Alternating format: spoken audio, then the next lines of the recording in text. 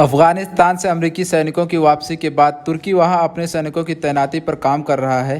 तुर्की के राष्ट्रपति रजब Tayyip Erdogan और अमेरिकी राष्ट्रपति जो बाइडेन के बीच ब्रसेल्स में 14 जून को हुई मुलाकात के बाद अफगानिस्तान में तुर्की के सैनिकों के बनाए रखने का मुद्दा मेन एजेंडे में आ गया है।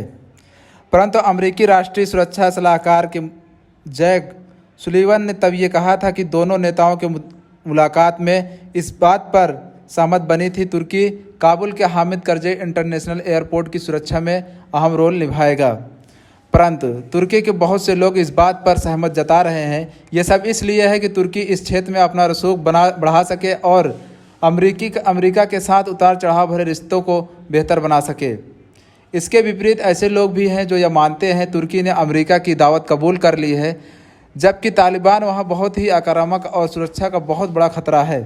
और ऐसी रिपोर्ट भी है अफगानिस्तान में तुर्की की भूमिका काबुल एयरपोर्ट के प्रबंध और सुरक्षा पर ही केंद्रित रहेगा। यह ऐसा एयरपोर्ट है जो अफगानिस्तान को बाकी दुनिया से जोड़ता है और इसीलिए इस एयरपोर्ट को तालिबान के चंगुल से बचाए रखना बहुत अहम है।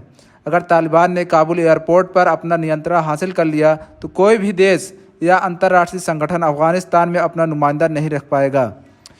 एक आधिकारिक बयान के अनुसार अफगानिस्तान की योजनाओं को लेकर तुर्की और अमेरिका के बीच बातचीत अभी जारी है।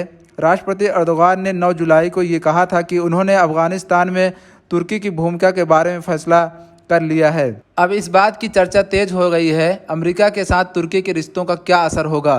नेटो के इन दोनों सहयोगी देशों के बीच कई मुद्दों को लेकर मतभेद है। इसमें रूस में बने S-400 एयर डिफेंस मिसाइल की तुर्की द्वारा खरीद का मुद्दा भी शामिल है।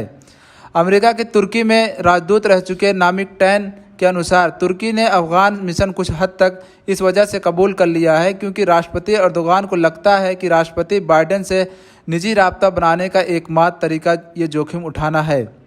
कुछ विश्लेषकों ने इसकी तुलना साल 1950 में 1953 तक चले कोरियाई युद्ध से की है। तुर्की ने इस जंग में अपने 21,000 सैनिक भेजे थे, जिनमें 966 मोर्चे पर मारे गए थे। तुर्की सैनिकों के इसी तैनाती के बाद तुर्की नेटो का सदस्य बना था।